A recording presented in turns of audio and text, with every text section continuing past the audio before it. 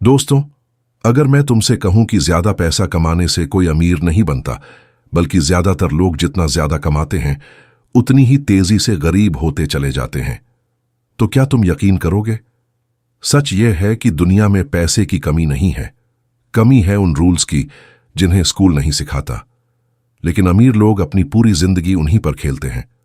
और सबसे हैरान करने वाली बात, हो सकता है कि तुम आज भी एक ऐसी मनी रूल तोड़ रहे हो जो चुपचाप तुम्हारी वेल्थ को हर महीने खत्म कर रही है, बिना तुम्हें एहसास हुए। इस वीडियो में हम द रूल्स ऑफ मनी की सबसे पावरफुल सीखों को आसान भाषा में समझेंगे।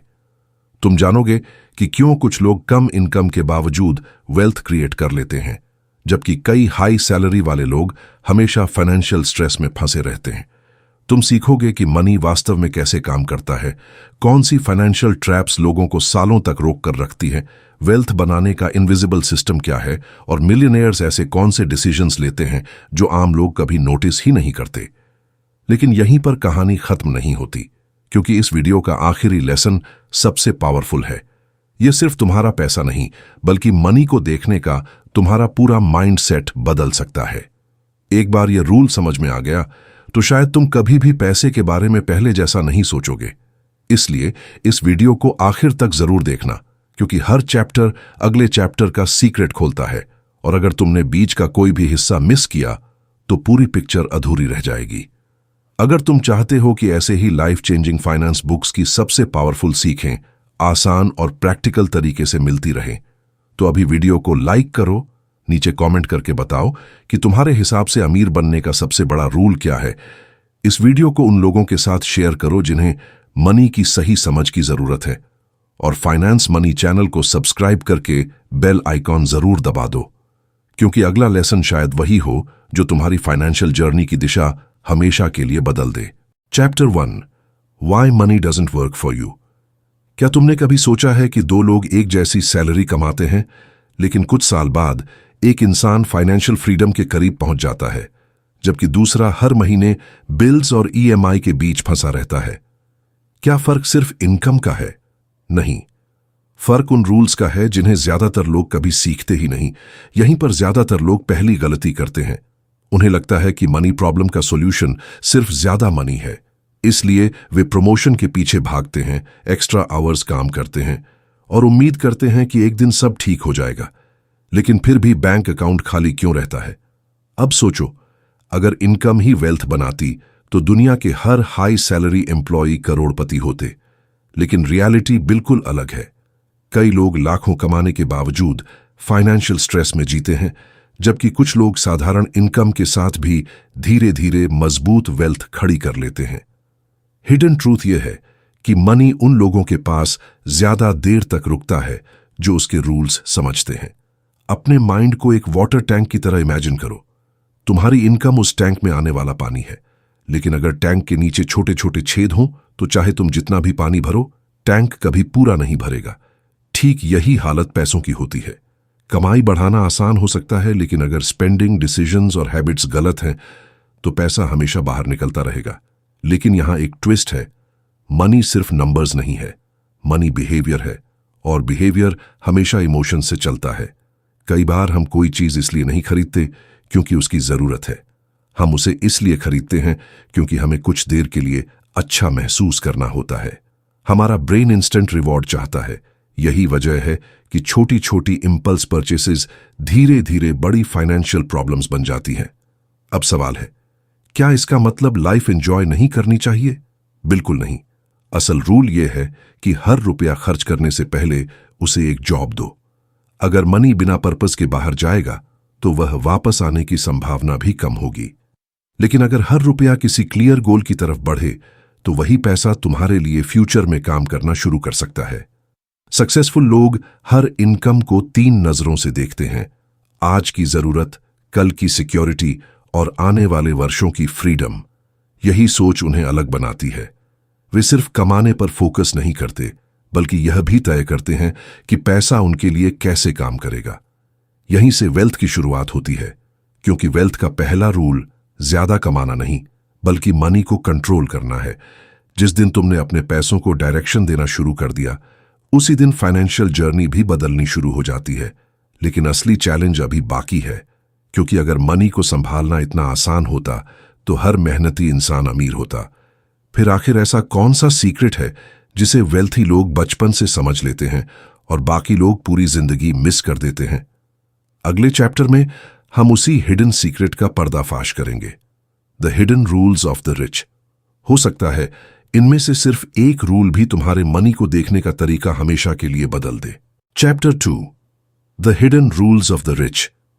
क्या तुमने कभी नोटिस किया है कि कुछ लोग हर इकोनॉमिक क्राइसिस के बाद और भी ज्यादा अमीर हो जाते हैं, जबकि ज्यादातर लोग पहले से ज्यादा फाइनेंशियल प्रेशर में आ जाते हैं? क्या उनके पास कोई सीक्रेट फॉर्मूला होता है? असल में फॉर्मूला नहीं, रूल्स होते हैं। और सबसे बड़ी बात यह है कि ये रूल्स किसी सीक्रेट सोसाइटी में नहीं छिपे हैं, बस ज्यादातर लोग कभी उन्हें सीखने की कोशिश ही नहीं करते।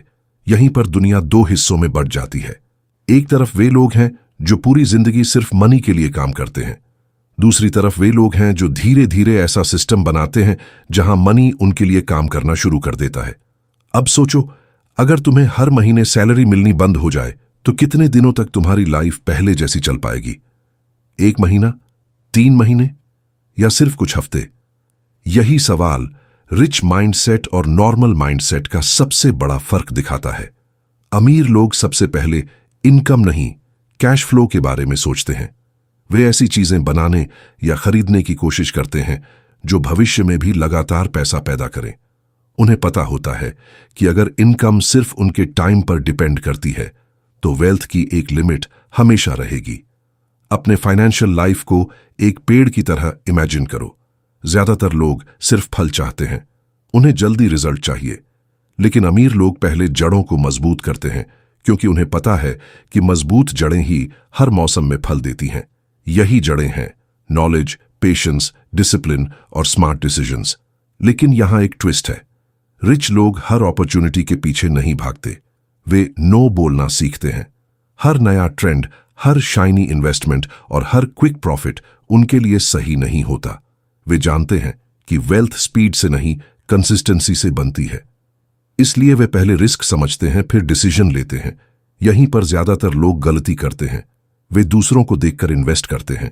कोई फ्रेंड प्रॉफिट कमा ले, कोई सोशल मीडिया इन्फ्लुएंसर किसी स्कीम की बात कर दे तो बिना सोचे समझे पैसा लगा देते हैं। लेकिन स्मार्ट इन्वेस्टर्स पहले सवाल पूछते हैं, बाद में पैसा लगाते हैं। एक और हिडन रूल है जिसे बहुत कम लोग समझते हैं। रिच लोग अपनी आइडेंटिटी बदलते हैं, सिर्फ इनकम नहीं। वे खुद से पूछते हैं, मैं ऐसा इंसान कैसे बनूं जो सही फाइनेंशियल डिसीजंस नेचुरली ले? क्योंकि हैबिट्स हमेशा आइडेंटिटी से निकलती है। अगर तुम्हारी पहचान एक रिस्पॉन्सिबल मनी मैनेजर की बन गई तो सेविंग, इन्वेस्टिंग और स्मार्ट स्पेंडिंग धीरे धीरे तुम्हारी आदत बन जाएंगे। याद रखो, पैसा सिर्फ तुम्हारे बैंक अकाउंट का रिफ्लेक्शन नहीं है, यह तुम्हारी सोच, तुम्हारे डिसीजंस और तुम्हारी डेली हैबिट्स का भी रिफ्लेक्शन है। जब माइंड बदलता है तभी मनी बदलता है। लेकिन कहानी का सबसे डेंजरस हिस्सा अभी बाकी है, क्योंकि सिर्फ सही रूल्स जान लेना काफी नहीं है। रास्ते में ऐसे फाइनेंशियल ट्रैप्स बिछे हुए हैं जिनमें पढ़े लिखे, मेहनती और अच्छी इनकम वाले लोग भी फंस जाते हैं। ये ट्रैप्स इतने कॉमन हैं कि लोग इन्हें नॉर्मल लाइफ का हिस्सा मान लेते हैं। अगले चैप्टर में हम उन हिडन ट्रैप्स को समझेंगे जो चुपचाप तुम्हारी वेल्थ को खत्म करते रहते हैं, और हो सकता है उनमें से कुछ में तुम आज भी फंसे हुए हो। Chapter 3, the financial traps that keep you poor. क्या तुमने कभी महसूस किया है कि जैसे ही तुम्हारी इनकम बढ़ती है, तुम्हारे एक्सपेंसेस भी उसी स्पीड से बढ़ जाते हैं? प्रमोशन मिलता है, नई कार आ जाती है, सैलरी बढ़ती है, बड़ा फोन खरीद लिया जाता है। कुछ समय बाद फिर वही सवाल, पैसा आखिर जाता कहां है? यहीं से शुरू होता है सबसे खतरनाक फाइनेंशियल ट्रैप। ये ट्रैप बाहर नहीं, तुम्हारे माइंड के अंदर बनता है। हमारा ब्रेन नई चीजों का आदी बहुत जल्दी हो जाता है।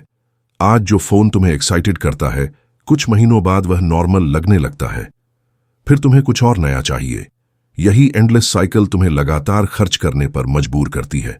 अब सोचो, अगर हर बार इनकम बढ़ने के साथ तुम्हारा लाइफस्टाइल भी बढ़ता रहेगा तो वेल्थ कब बनेगी?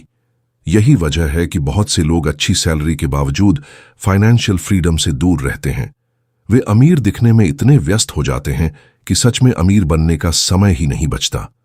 अपने फाइनेंशियल लाइफ को एक बोट की तरह इमेजिन करो। इनकम उस बोट का इंजन है, लेकिन अगर बोट में छोटे छोटे छेद हों तो कितना भी पावरफुल इंजन लगा दो, बोट धीरे धीरे डूबने लगेगी। ये छेद हैं अनप्लान्ड स्पेंडिंग, क्रेडिट पर जरूरत से ज्यादा डिपेंड होना, इमोशनल शॉपिंग और बिना सोचे लिए गए फाइनेंशियल डिसीजंस। लेकिन यहां एक ट्विस्ट है, हर एक्सपेंस बुरा नहीं होता। असल फर्क यह है कि कुछ एक्सपेंसेस तुम्हारी फ्यूचर इनकम बढ़ाते हैं, जबकि कुछ सिर्फ कुछ मिनटों की खुशी देते हैं। अगर तुम अपने पैसे का ज्यादातर हिस्सा ऐसी चीजों पर खर्च करते हो जिनकी वैल्यू समय के साथ खत्म हो जाती है, तो तुम्हारा मनी भी धीरे धीरे गायब होता जाएगा।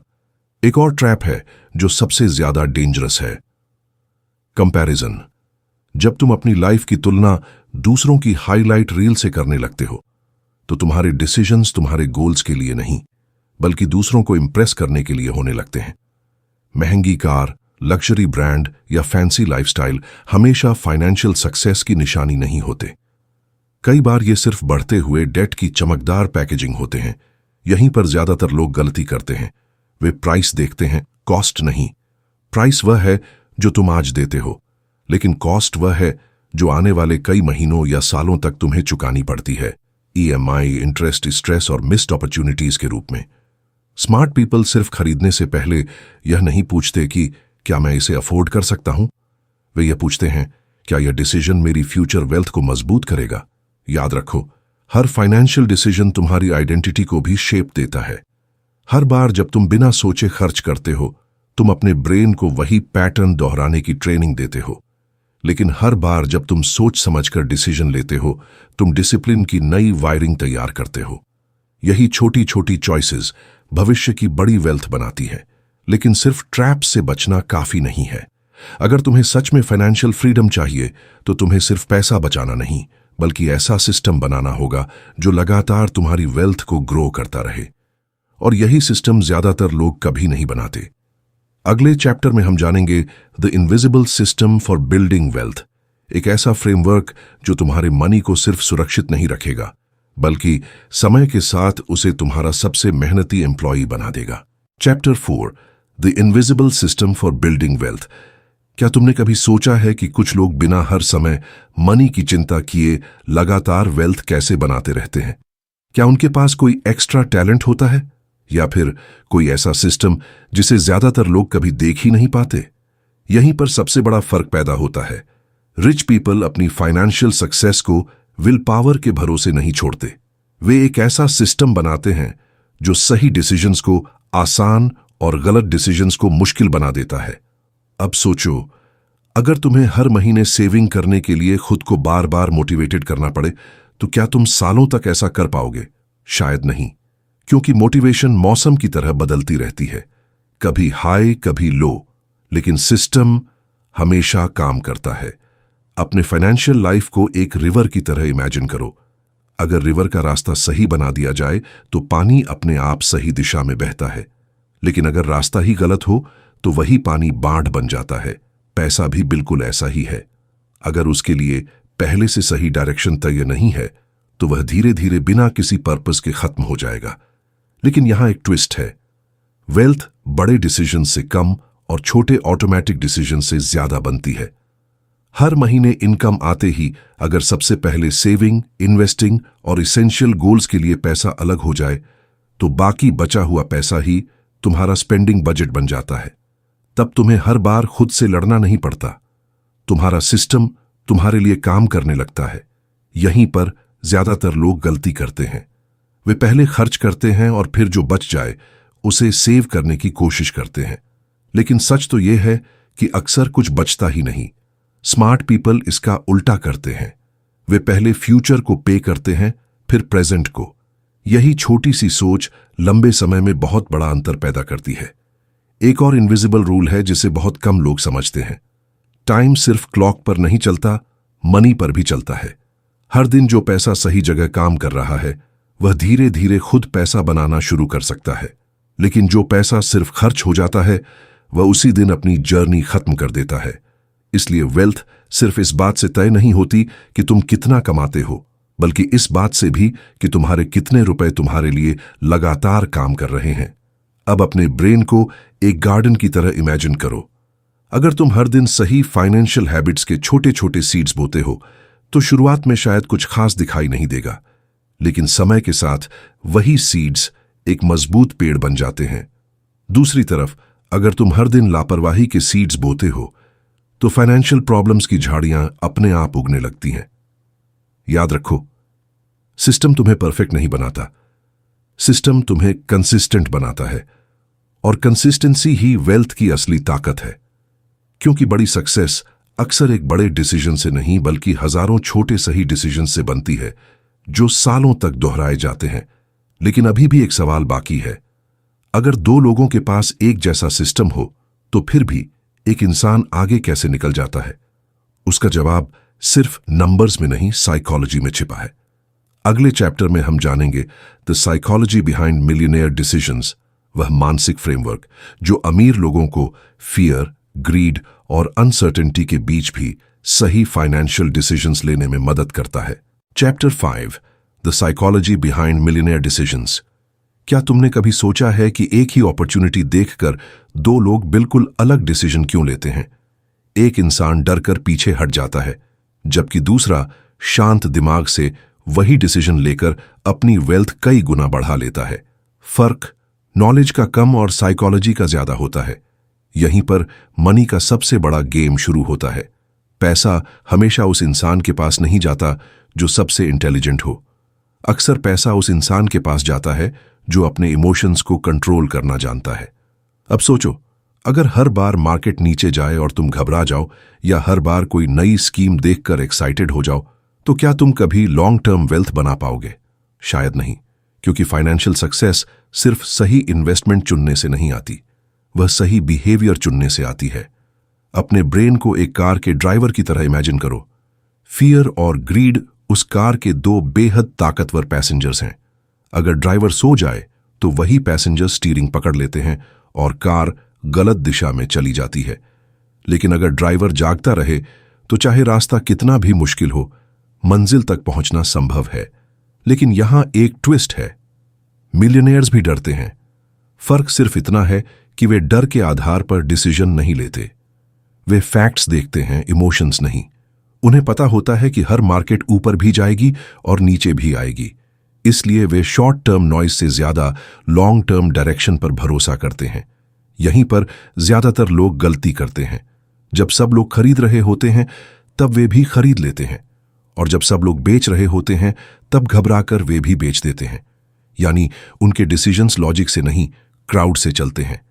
लेकिन वेल्थ कभी क्राउड को फॉलो करके नहीं बनती। वेल्थ तब बनती है जब तुम्हारे पास क्लियर प्रिंसिपल्स होते हैं। प्रिंसिपल्स ऐसे रूल्स होते हैं जो सिचुएशन बदलने पर भी नहीं बदलते। जब तुम्हारे फाइनेंशियल डिसीजंस रूल्स पर आधारित होते हैं तब मार्केट का फियर तुम्हें आसानी से हिला नहीं पाता।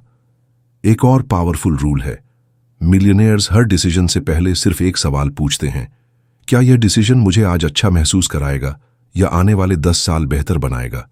यही सवाल उनकी पूरी सोच बदल देता है। वे इंस्टेंट हैप्पीनेस की जगह लॉन्ग टर्म फ्रीडम चुनते हैं। वे जानते हैं कि थोड़ी देर का पेशेंस भविष्य में बड़ी रिवॉर्ड्स ला सकता है, इसलिए वे हर अपॉर्चुनिटी के पीछे नहीं भागते। वे सही अपॉर्चुनिटी का इंतजार करते हैं। अब अपने माइंड को एक मसल की तरह इमेजिन करो। जैसे जिम में बार बार सही एक्सरसाइज करने से मसल मजबूत होता है, वैसे ही बार बार सही फाइनेंशियल डिसीजंस लेने से तुम्हारा डिसीजन मेकिंग भी मजबूत होता जाता है। शुरुआत में डिसिप्लिन मुश्किल लगता है, लेकिन धीरे धीरे वही तुम्हारी नई आइडेंटिटी बन जाती है। याद रखो, मनी तुम्हारी पर्सनैलिटी को नहीं बदलता, मनी सिर्फ तुम्हारी पर्सनैलिटी को बड़ा करके दिखाता है। अगर तुम्हारे अंदर पेशेंस, डिसिप्लिन और क्लियर थिंकिंग है तो वेल्थ उसे और मजबूत करेगी। लेकिन अगर डिसीजंस फियर, ईगो या ग्रीड से चलते हैं तो ज्यादा पैसा भी ज्यादा प्रॉब्लम्स पैदा कर सकता है। लेकिन अभी सबसे पावरफुल लेसन बाकी है, क्योंकि वेल्थ बनाना अंतिम लक्ष्य नहीं है।